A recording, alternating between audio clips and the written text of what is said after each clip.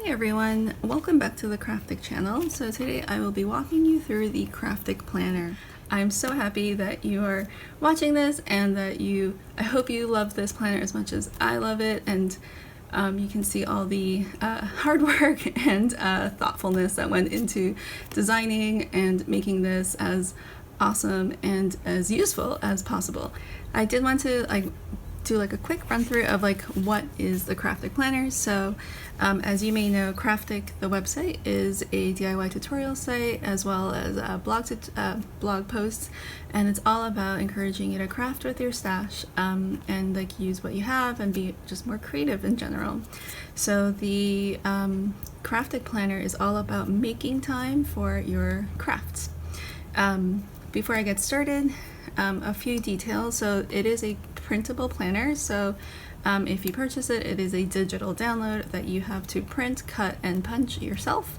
I will leave a link in the description down below to an Amazon list of all the things that you could use for your printable stuff, like punch hole, punch hole, and a paper recommendation, especially this is ivory paper, so it's a little harder to find, I feel.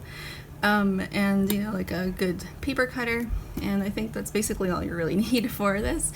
This is an A5 size planner, so the first version I figured I would start with the more common size, the A5 size. If you have a very strong preference, like if you like personal or letter size or whatever, please let me know. It is a very minimal planner, so these are all grayscale pages, so the point is that you can keep it as simple as you want, or you can add to it as much as you want. So you can make it very colorful, like if you want to color it in with markers, or use washi tape and stickers and all that.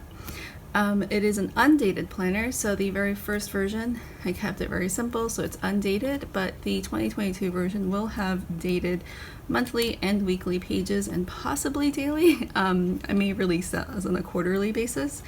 And the full Craftic Planner has 21 page templates. That's including the cover page and 20 planner type pages. They may be either 1 or 2 page spreads, and if it's a 1 page spread, it comes with both the right side and left side version, so they'll have the right margins for them. And if it's a 2 page spread, then it's just a 2 page spread. So there are 2 sections in this planner that I'm using. So this is the planner bundle. So the planner bundle has 15 pages. So it comes with a cover page and 14 planner type pages, as you'll see, your monthly, weekly, yearly, all that stuff. And then there's going to be the crafters bundle, which comes with 7 pages, and that is the cover page and 6 craft planner type pages. Let's just get right into it, so that way I can just show you really quickly. So this is the cover page, and it says, "What will you make today?" It has the 6 icons from the Craftic site and the space to put your name, so you can letter it, handwrite it, use stickers, These are the 2021 craft and creative holidays. It's pretty self-explanatory. It's basically all the fun holidays that you see online, planner, what's planner day, when is sweater day, and all that fun stuff, yarn bombing day and all that. So this does not include any sort of national or religious holidays. I figure I don't really want to get into all of that. I thought it would be fun to focus on the fun holidays. So yeah. And then there is the yearly view. So this is dated 1 to 31, and it has 3 columns. So you can get a nice 6-month view at a time. And if you wanted, you could also divvy these up into halves. So you can get a 12-month view if you wanted, or you could use this as a 1-month view with 3 columns and have 3 different categories.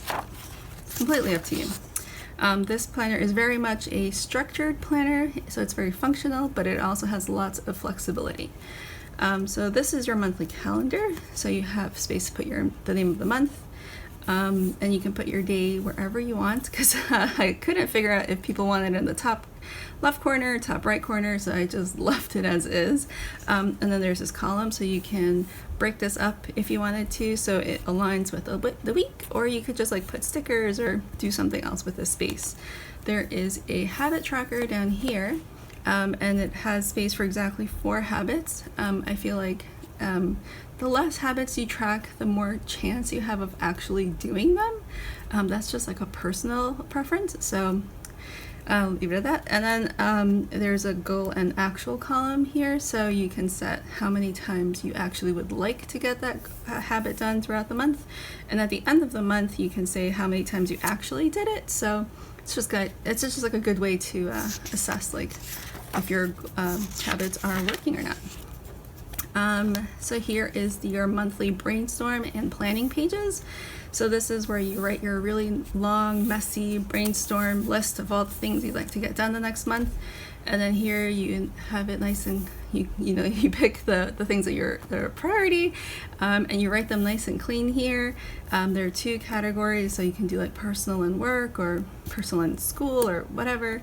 You can write your month here, and also very important, how will you celebrate completing your to-dos? So you remember that, at the end of the day, you should celebrate what you get done.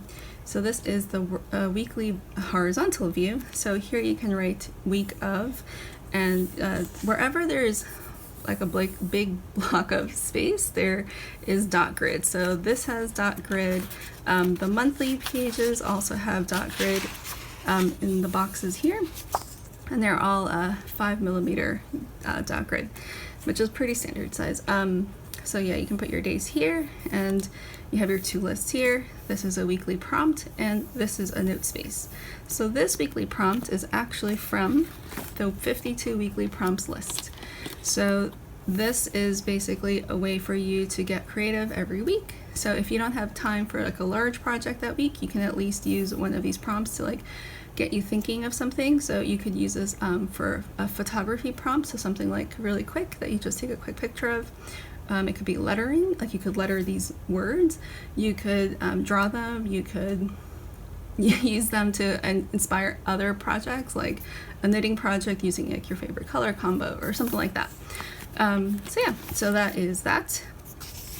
And then moving on from the weekly horizontal, you've got the end of the month reflections and kind of like a review page. So here are 3 reflection questions. Which activities and people brought me joy? In what ways have I grown this month? What am I looking forward to next month? So this is just like a big open space, so you can journal as little or as much as you want. And then here you can write your 2 categories. And I say, write down what you got done this month in your Todos list. Celebrate all your accomplishments, no matter how big or small. So make sure to write down everything you got done that month. I find it really easy to forget what you got done like during the day-to-day, and you feel like you're not getting that much done. So it's really nice at the end of the month to write everything down and then get a really good overview of what you actually got done. And I will guarantee that you got more done than you thought you did. And unexpected wins this month. So what did you not plan for, but you actually did do?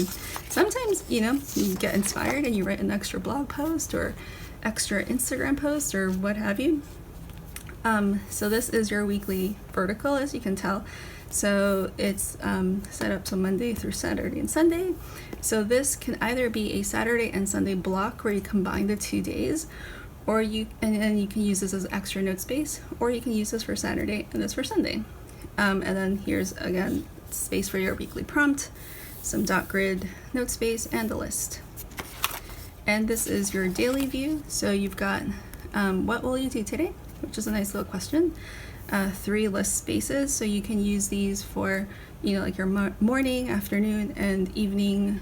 It could be like a calendar kind of thing, like your schedule, or you can just make lists, so it could be like personal, work, school. Here there's a gray box, so that way you could use this for, it could be a quote of the day, affirmation of the day, just put a cute sticker here, and then dot grid for notes. And as you can see, like this is formatted for the right and left side, so you can have both layouts if you like. So moving on to the craft section, so this is the crafters bundle. I don't have the left side of the gift cards here, but it exists. So this is very self-explanatory. So there is your theme and occasion, so birthday, Christmas, whatever, recipient name, and then due date. So this is kind of like a nice queue kind of thing, like these are things that are coming up, and this is also really helpful like if you just want to remember all the birthday cards that you want to make this year.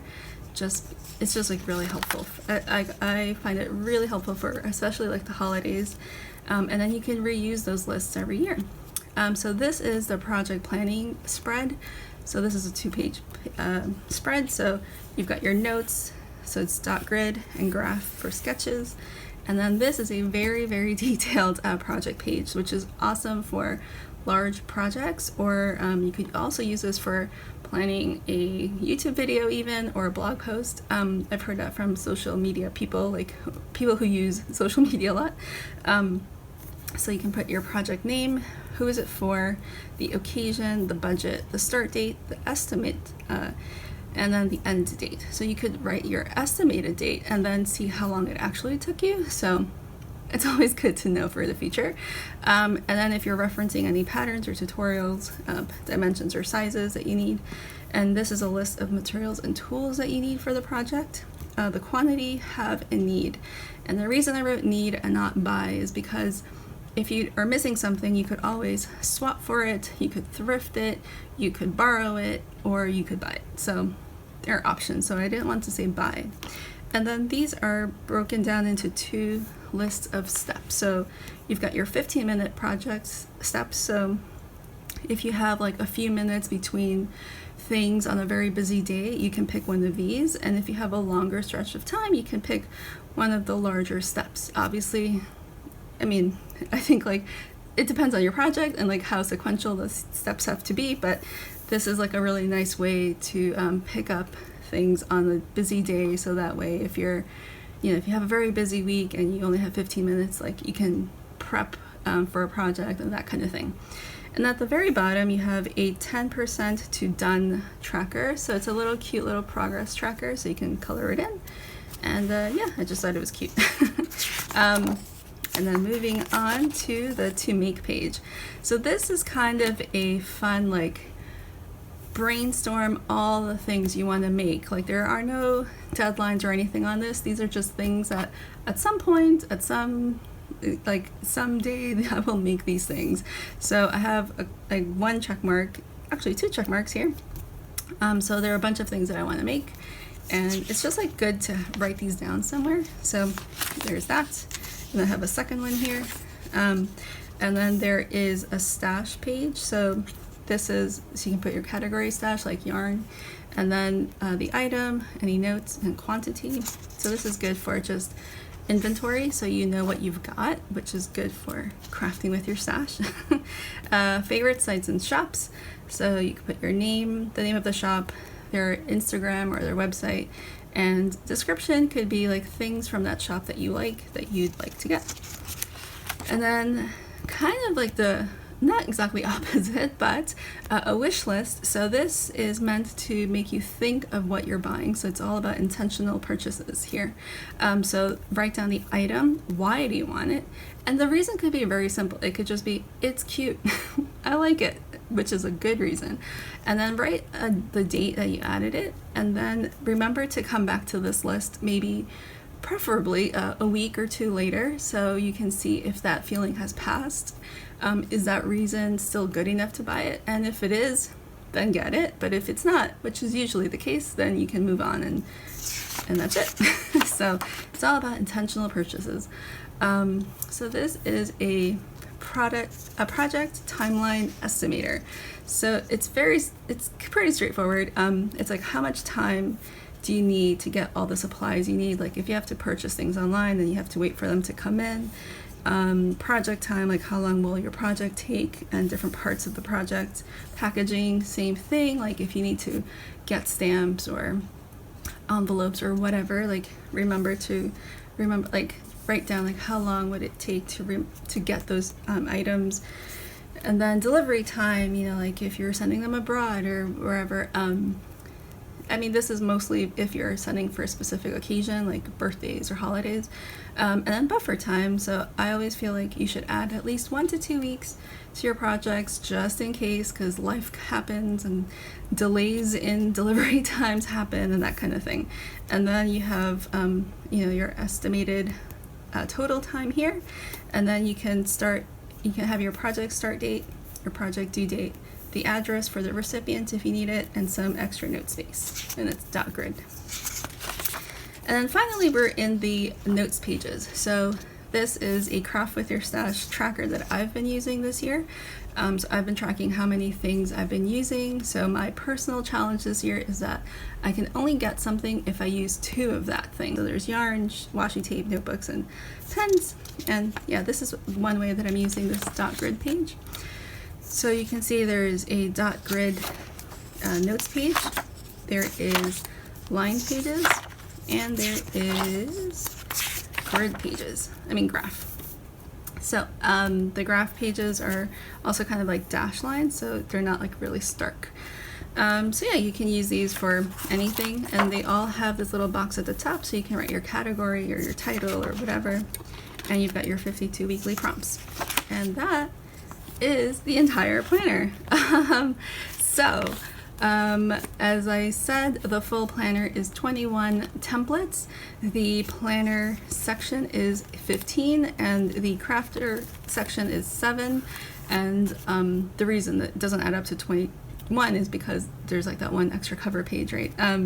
So each bundle comes with a cover page and the extra template. So yeah, please let me know if you have any questions, any suggestions. If you saw anything in here that you are curious about and want to know more about, please ask away.